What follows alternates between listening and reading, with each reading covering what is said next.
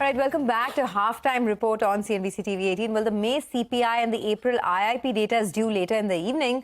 CNBC-TV18's poll sees the May CPI, or the inflation, coming in at 4.3% versus 7% a year ago. So some cooling off of inflation. And if you compare it to last month, then it was 4.7%. So Latha is joining us with the details on what to expect. So some cooling off of inflation expected, Latha? Oh, absolutely. In the first place, look at the base. I mean, the base was 7.04. That itself is pulling down the inflation. If it does come at 4.35, it would be a 20-month low. So it's a damn good number. The other reason why 4.35 would be good is, if you looked at the Reserve Bank forecast, the Reserve Bank gave us April, May, June forecast at 4.6. So if you derive, they are assuming a 4.4. And therefore, 4.35, 4.4 would be a damn good number. Anything lower than that, of course, will mean even better news.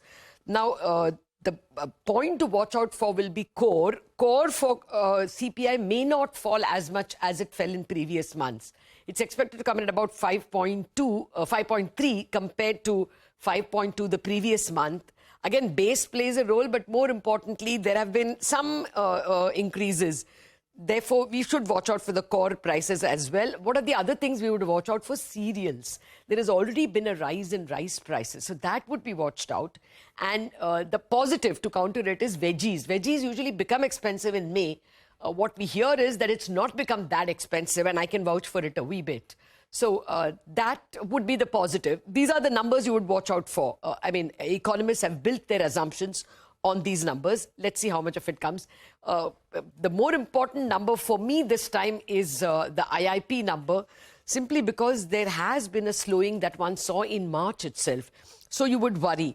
On first sight, this 1.3, you shouldn't be worrying, because look at the year ago number, 6.7. So base effect is going to mean that the IIP number won't be very good. But there are worries over there as well. You would very closely watch out for the consumer durable and non-durable numbers. The fear is it can be even worse than 1.3, because the April imports and exports were lower.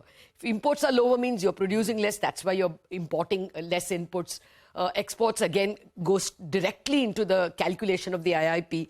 So these would be a bit of worry. But there is the sign of hope over there is rural demand apparently has improved. So that would mean consumer non-durables will do well. These are the various parameters we would watch out for. All right, Latha, thanks a lot for that. We'll take the point that rural demand appears to do well, and that's perhaps something that we will look at in terms of numbers coming in from consumer companies as well. Okay, well, all I can say is... You said the FMCG guys. The FMCG guys are saying that there is gradual improvement of demand, and if you look outside now, rains have come by as well. Whether they come in the catchment areas or not is something that we'll be watching out for. But